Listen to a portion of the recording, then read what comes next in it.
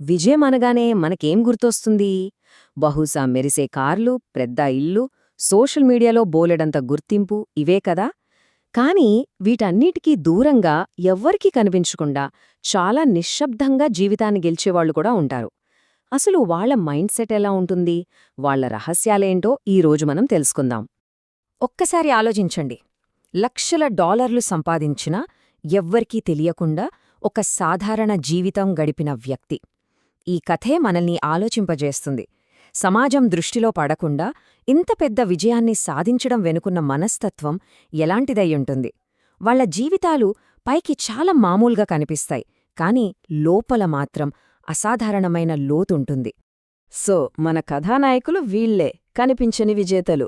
Publicity అస్సలు కోరుకోరు, గుర్తింపు కోసం పాకులాడరు. వాళ్ల ప్రపంచంలో వాళ్లే రాజులు. సరే, ఇంతకీ వాళ్ల ఆలోచనా విధానం ఎలా ఉంటుందో ఇప్పుడు కాస్త లోతుగా చూద్దాం. మరి కనిపించని విజేతల ప్రయాణమెక్కడ మొదలవుతుంది?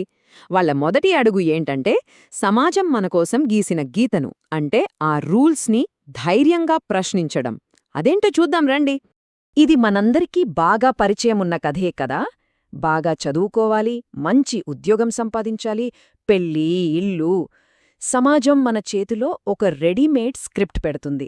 జీవితానికి ఇదే ఏకైక మార్గం అని నమ్మిస్తుంది. కాని మన కనిపించని విజేత దృష్టిలో ఇదొక మార్గం కాదు, అదొక ఉచ్చు. అవును, కరెక్ట్. వాళ్ళ ఉద్దేశంలో ఈ స్క్రిప్ట్ని గుడ్డిగా ఫాలో అయిపోతే జీవితం స్వేచ్ఛగా ఉండదు, ఒక బంధనంలా మారిపోతుంది.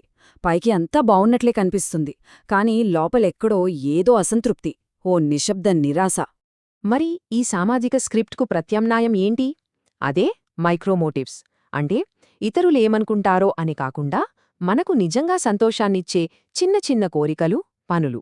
ఉదాహరణకు, పెద్ద ప్రమోషన్ కన్నా ఒక కొత్త స్కిల్ నేర్చుకోవడంలో ఎక్కువ ఆనందం పొందడం లాంటివి అన్నమాట. ఇక్కడ మనల్ని మనం వేసుకోవాల్సిన ఒక ముఖ్యమైన ప్రశ్న ఉంది. మనం పెట్టుకున్న లక్ష్యాలు నిజంగా మనవా, లేకపోతే సమాజం దృష్టిలో సక్సెస్ఫుల్గా కనిపించడం కోసం పెట్టుకున్నవా? కనిపించని విజేతలు ఈ ప్రశ్నకు సమాధానం వెతుక్కున్నారు. అందుకే వాళ్లకు బయటి ప్రపంచమిచ్చే సర్టిఫికేట్ అవసరం లేదు, వాళ్ల అంతరాత్మనే వాళ్లకు జడ్జ్.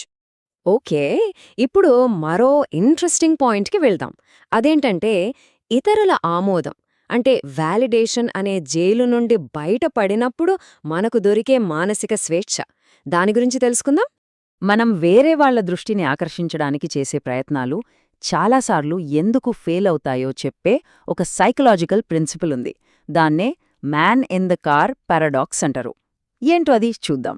ఇది ఎలా పనిచేస్తుందంటే, ఫస్ట్ స్టెప్, ఒక వ్యక్తి అందరూ తనను గౌరవించాలని ఖరీదైన కారు కొంటాడు. స్టెప్ 2, దాన్ని చూసిన జనాలు కారును తెగమెచ్చుకుంటారు.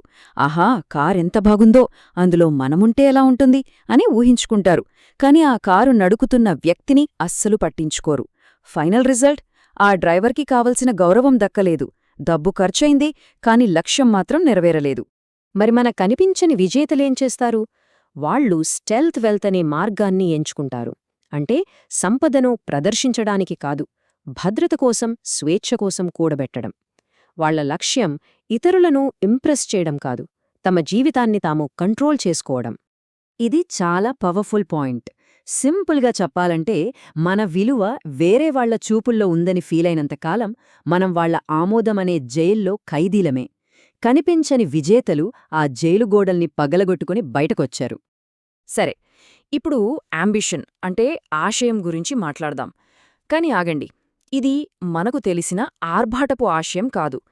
ఇది చాలా నిశ్శబ్దంగా, కాని చాలా శక్తివంతంగా ఉండే ఒక డిఫరెంట్ అంబిషన్.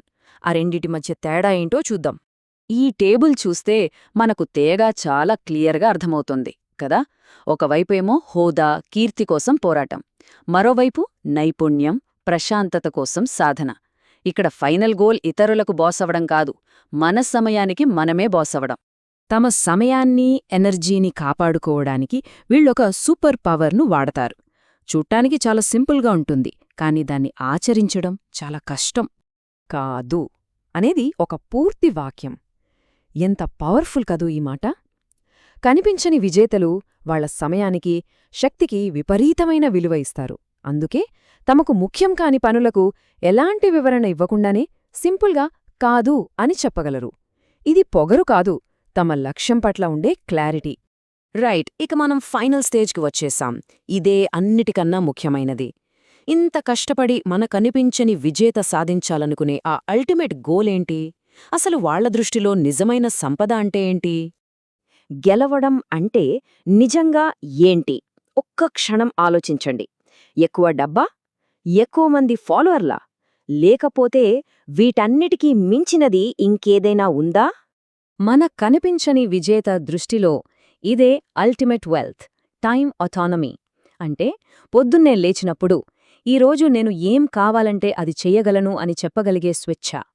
అప్పుల భయం లేకుండా, ఎవరి ఆర్డర్ల కింద పనిచేయకుండా, మన సమయం మీద మనకు పూర్తి కంట్రోల్ ఉండటం.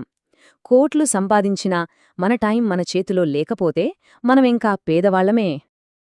ఈ యొక్క వాక్యం మనం ఇప్పటిదాకా మాట్లాడుకున్నదంతటికీ సారాంశం. అందమైన జీవితం అంటే బయటకు అద్భుతంగా కనిపించేది కాదు, లోపల నుండి ప్రశాంతంగా అనిపించేది. బయట ప్రపంచం వాళ్లను మెచ్చుకుందా లేదా అని వాళ్లు అస్సలు పట్టించుకోరు. ఎందుకంటే వాళ్లు తమ విజయం తెచ్చిపెట్టిన ప్రశాంతతను మౌనంగా ఆస్వాదిస్తూ ఉంటారు. సో ఈ విశ్లేషణను మనం ఈ యొక్క ప్రశ్నతో ముగిద్దాం. నిజమైన విజయం అంటే ఏమిటి? ప్రపంచం మొత్తం గుర్తించేలా కనిపించే సక్సెసా, లేక ఎవరికీ కనిపించని మనకోసం మనం నిర్మించుకున్న ప్రశాంతమైన జీవితమా? ఏ మార్గం మనకు సరైనది అనిపిస్తోంది? దీనిపై ఆలోచించండి.